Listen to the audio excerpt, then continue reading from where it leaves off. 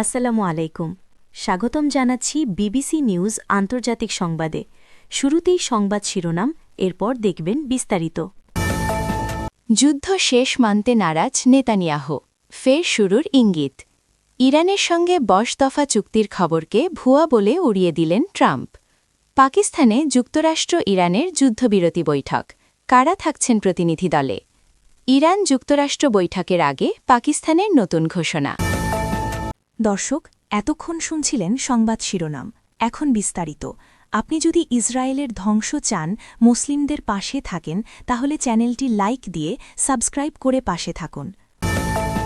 যুদ্ধ শেষ মানতে নারাজ নেতানিয়াহু, ফের শুরুর ইঙ্গিত। ইসরায়েলের প্রধানমন্ত্রী বেনিয়ামিন নেতানিয়াহু বলেছেন, যুক্তরাষ্ট্র ও ইরানের মধ্যে হওয়া সাম্প্রতিক চুক্তি যুদ্ধের সমাপ্তি নয়, বরং এটি ভবিষ্যৎ পদক্ষেপের প্রস্তুতির অংশ মাত্র। চুক্তি ঘোষণার পর প্রথম প্রতিক্রিয়ায় তিনি বলেন, ইসরায়েল বড় ধরনের সাফল্য অর্জন করেছে এবং বর্তমানে ইরান আগের চেয়ে দুর্বল অবস্থায় রয়েছে, আর ইরানের দুর্বলতা থেকে ইসরায়েলের শক্তি এসেছে। নেতানিয়াহু দাবি করেন, ইসরায়েলি বাহিনী ইরানের ক্ষেপণাস্ত্র উৎপাদন কার্যক্রমে বড় ধাক্কা দিয়েছে এবং বিভিন্ন পারমাণবিক স্থাপনা ও কারখানায় হামলা চালিয়েছে। পাশাপাশি দেশটির আর্থিক নেটওয়ার্ক, ইস্পাত ও অস্ত্র কারখানাও লক্ষ্যবস্তু করা হয়েছে।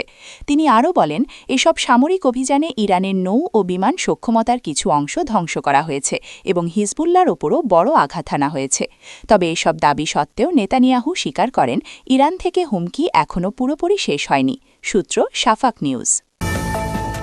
ইরানের সঙ্গে 10 দফা চুক্তির খবরকে ভুয়া বলে উড়িয়ে দিলেন ট্রাম্প। যুক্তরাষ্ট্রের প্রেসিডেন্ট ডোনাল্ড ট্রাম্প ইরানের সঙ্গে কথিত 10 দফা চুক্তির খসড়া খবরকে সম্পূর্ণ মিথ্যা ও মনগড়া বলে উড়িয়ে দিয়েছেন। বৃহস্পতিবার এক ব্রিফিংয়ে ট্রাম্প বলেন, দ্য নিউ ইয়র্ক টাইমস ও সিএনএনের প্রকাশিত প্রতিবেদনে বাস্তব কোনো আলোচনার প্রতিফলন ঘটেনি, বরং কূটনীতিক প্রচেষ্টাকে দুর্বল করার চেষ্টা করা হয়েছে।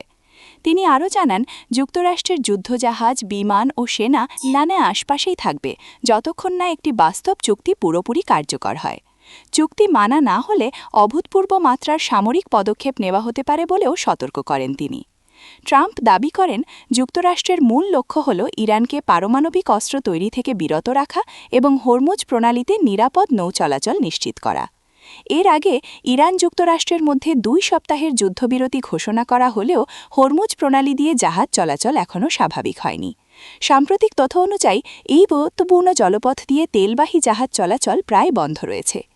এদিকে বিভিন্ন প্রতিবেদনে যে 10 দফা প্রস্তাবের কথা বলা হচ্ছে, তাতে নিষেধাজ্ঞা প্রত্যাহার, মার্কিন সেনা প্রত্যাহার ও ইরানের পারমাণবিক কর্মসূচি চালু রাখার মতো বিষয় অন্তর্ভুক্ত রয়েছে বলে দাবি করা হয়। তবে এসবের কোনো আনুষ্ঠানিক নিশ্চয়তা এখনও পাওয়া যায়নি। সূত্র শাফাক নিউজ। পাকিস্তানে যুক্তরাষ্ট্র ইরানের যুদ্ধবিরতি বৈঠক, কারা থাকছেন প্রতিনিধি দলে? পাকিস্তানের ইসলামাবাদে আগামীকাল শুক্রবার 10 এপ্রিল বৈঠকে বসতে যাচ্ছে ইরান ও যুক্তরাষ্ট্র।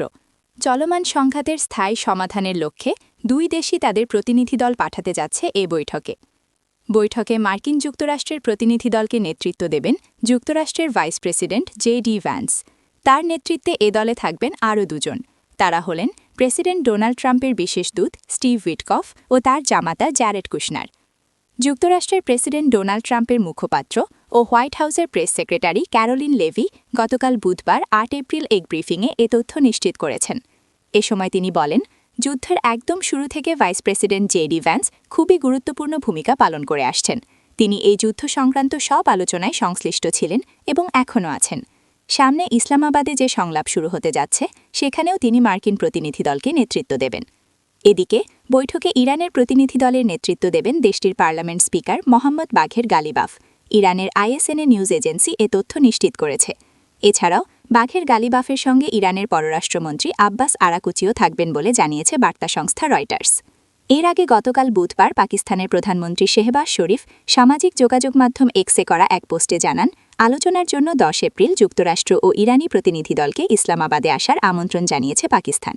পরবর্তীতে এই আলোচনা প্রস্তাবে সায় দেয় ইরান ও যুক্তরাষ্ট্র। পাকিস্তানে নিযুক্ত ইরানি রাষ্ট্রদূত জানিয়েছেন, এই আলোচনা ইরান প্রস্তাবিত 10 দফার ভিত্তিতে হবে, তবে দফাগুলো ঠিক কী তা নিয়ে কিছু বিভ্রান্তি রয়েছে।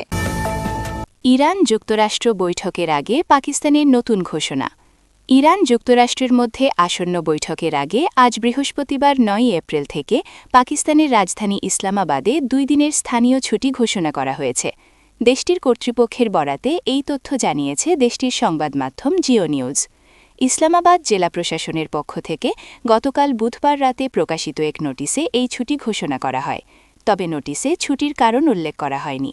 যদিও সাধারণত উচ্চ পর্যায়ের কূটনৈতিক কর্মসূচির আগে নিরাপত্তাজনিত কারণে ইসলামাবাদে প্রায়ই এ ধরনের ছুটি বা বিধিনিষেধ জারি করা হয়। মধ্যপ্রাচ্যের যুদ্ধ স্থায়ীভাবে বন্ধ করা নিয়ে যুক্তরাষ্ট্র ও ইরানের মধ্যে উচ্চ পর্যায়ের আলোচনার প্রস্তুতি নিচ্ছে পাকিস্তান।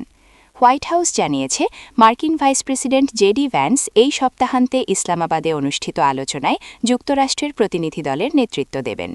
ইসলামাবাদের উপকমিশনার দপ্তর এক্সে দেওয়া এক বিবৃতিতে জানিয়েছে, বৃহস্পতি ও শুক্রবারের এই ছুটি ইসলামাবাদ ক্যাপিটাল টেরিটরিতে কার্যকর থাকবে। নোটিশে বলা হয়েছে, যেসব দফতর সংস্থা জরুরি সেবা দিয়ে থাকে সেগুলোর কার্যক্রম ছুটির সময়ও চালু থাকবে। এর মধ্যে রয়েছে পুলিশ, হাসপাতাল, বিদ্যুৎ ও গ্যাস সরবরাহকারী সংস্থা।